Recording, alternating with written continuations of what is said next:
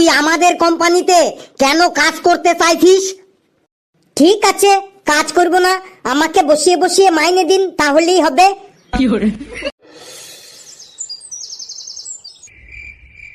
তোমরা গেলে কি আসিবে মোর মাহুত বন্ধু রে, তোমরা গেলে কি আসিবে মোর মাহুত বন্ধু রে।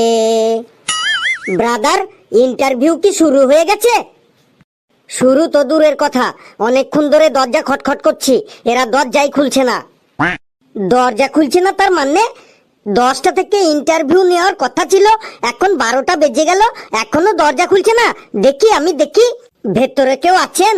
ও স্যার, দরজাটা খুলুন গো, আর আমাদের ইন্টারভিউ শুরু করুন গো। কি ব্যাপার, ভেতর থেকে কোনো সারা শব্দ পাচ্ছি না। এইভাবে বললে হবে না, অন্যভাবে বলতে হবে। দরজাটা খুলে দিন, ইন্টারভিউ নিয়ে নিন। দরজাটা খুলে দিন, ইন্টারভিউ নিয়ে নিন। দরজাটা খুলে দেন, ইন্টারভিউ নিয়ে নেন। দরজা খুলুন, ইন্টারভিউ নিন। আরে দরজাটা খুলে দিন, ইন্টারভিউ নিয়ে নিন। দরজাটা খুলে দেন, ইন্টারভিউ নিয়ে নেন। কে চিল্লাচ্ছে রে, কে চিল্লাচ্ছে? কেউ চিল্লাচ্ছে না স্যার, ওই আপনারা পেপারে অ্যাডভার্টাইজ দিয়েছেন 10টা থেকে ইন্টারভিউ শুরু হবে, কিন্তু এখন 12টা বেজে গেল, এখনো ইন্টারভিউ শুরু করছেন না, তো তাই আমরা একটু নিজেদের মধ্যে বলা বলি করছিলাম। আপনি পেপারে ঠিকই দেখেছেন 10টা থেকে ইন্টারভিউ শুরু হবে, তবে ওটা সকাল 10টা না, ওটা রাত 10টা লেখা ছিল। বললেন কি রাত 10টা থেকে ইন্টারভিউ? সব জায়গায় তো দিনের বেলায় ইন্টারভিউ হয়, আপনাদের এখানে রাতের বেলায় কেন? চাকরিটা তো নাইট গার্ডের চাকরি, তাই রাতের বেলায় ইন্টারভিউ হবে। তাহলে আপনাদের প্র্যাকটিক্যাল অভিজ্ঞতাটাও বুঝে নেব। ও স্যার, ও স্যার, তাড়াতাড়ি ইন্টারভিউ শুরু করুন, আমি অনেক দূর থেকে এসেছি, আমার আবার বাড়ি ফিরতে হবে। স্যার, আমিও অনেক দূর থেকে আইছি। অনেক দূর মানে কত দূর? আপনারা কি পাকিস্তান থেকে এসেছেন? না স্যার, আমাদের বাড়ি এই দেশেই। তাহলে চুপচাপ দাঁড়িয়ে থাকুন, আমার সময় হলেই আমি ইন্টারভিউ শুরু করব, আর কেউ চিল্লাচিল্লি করবেন না কিন্তু। আপনার কথা আমরা মানছি না, মানবো না, তাড়াতাড়ি ইন্টারভিউ শুরু করুন। শুরু করুন, শুরু করুন, শুরু করেন, শুরু করেন। আমাদের দাবি মানতে হবে, তাড়াতাড়ি ইন্টারভিউ শুরু করতে হবে। আমাদের দাবি মানতে হবে, তাড়াতাড়ি ইন্টারভিউ শুরু করতে হবে। ঠিক আছে, ঠিক আছে, আর গলা ফাটাতে হবে না, এবার থামুন, থামুন, আমি ভেতরে যাচ্ছি, আপনারা এক এক করে চলে আসুন। ফার্স্ট ক্যান্ডিডেট চলে আসুন।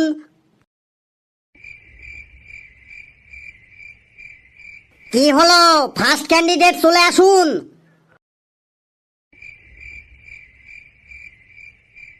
আরে বাবা, এতক্ষণ তো বেশ ভালোই গলা ফাটিয়ে চিৎকার করছিলেন, আমাদের দাবি মানতে হবে, তাড়াতাড়ি ইন্টারভিউ নিতে হবে, তাহলে এখন ডাকছি, এখন আসছেন না কেন? জলদি আসুন, না হলে আমি কিন্তু ইন্টারভিউ এখানে স্টপ করে তালা চাবি মেরে বাড়ি চলে যাব। এসে গেছি, এসে গেছি স্যার, আর তালা চাবি মারতে হবে না। এই এই, বিড়ির গন্ধ বেরোচ্ছে কেন? আপনি কি বিড়ি টেনে এলেন? কই না তো স্যার, আপনার নাকটা মনে হয় খারাপ হয়ে গেছে। আমার নাক খারাপ হয়েছে? আপনি ঢোকার সাথে সাথেই ঘরটা একদম বিড়ির গন্ধে ভরে গেল, আবার বলছেন কই না তো? স্যার, আমার মনে হয় এই ঘরের জানলা দিয়ে বাইরে থেকে বিড়ির গন্ধ ঢুকছে। মিথ্যে কথা বলার আর জায়গা পান না, এই ঘরের কোনো জানলাই নেই, তো গন্ধ ঢুকবে কোথা দিয়ে? আপনার মুখ থেকেই বকবক করে গন্ধ বেরোচ্ছে। আপনার চশমার দিব্যি দিয়ে বলছি, আমি বিড়ি খাইনি। আবার আমার চশমা নিয়ে টানাটানি করছেন কেন? দেখি, আপনার পকেট চেক করব। পকেট চেক করবেন কেন স্যার? তাহলে বলুন, আপনি বিড়ি খান কি খান না? হ্যাঁ স্যার, মাঝে মাঝে খাই, কিন্তু কোনো নেশা টেশা নেই, ওই শুধু চা খেলে তারপরে একটা বিড়ি খাই, কিন্তু আমার কোনো নেশা টেশা নেই। আপনার কোনো নেশা নেই, শুধু চা খেলে তারপরে একটা বিড়ি খান? তো বলুন তো, আপনি কতদিন পর পর চা খান? চা তো প্রতিদিনই খাই স্যার। তার মানে আপনি প্রতিদিনই বিড়ি খান? কোনো নেশা নেই, শুধু চা খাবার জন্য বিড়িটা খাই। আপনি দিনে কবার চা খান? স্যার, শুধু ওই চায়েরই একটু নেশা আছে তো, তাই দিনে 10-15 বার চা খাই। বলেন কি?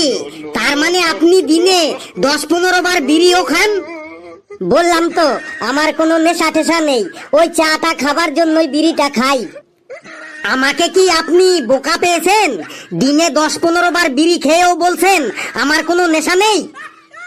আপনি বুঝতে পারছেন না স্যার, আমার নেশাটা হলো চায়ের নেশা, বিড়ির কোনো নেশা নেই আমার, ওই চা খাওয়ার জন্যই বিড়িটা খাই। আপনি বেরোন এখান থেকে। কেন বেরোবো স্যার? আমাদের কোম্পানিতে কোনো নেশাখোরকে আমরা চাকরি দিই না, আপনি বেরোন এখান থেকে। ও স্যার, বললাম তো, ওই যখন চা খাই তখনই একটা বিড়ি খাই, বিশ্বাস করুন আমার বিড়ির কোনো নেশা নেই স্যার। আপনি যাবেন নাকি পুলিশ ডাকবো? আর পুলিশ ডাকতে হবে না, আমি বেরিয়ে যাচ্ছি। যাওয়ার আগে একটা কথাই বলে যাচ্ছি, আমি শুধু চা খেলেই একটা বিড়ি খাই, তাছাড়া আমার বিড়ির কোনো নেশা নেই। Next candidate coming.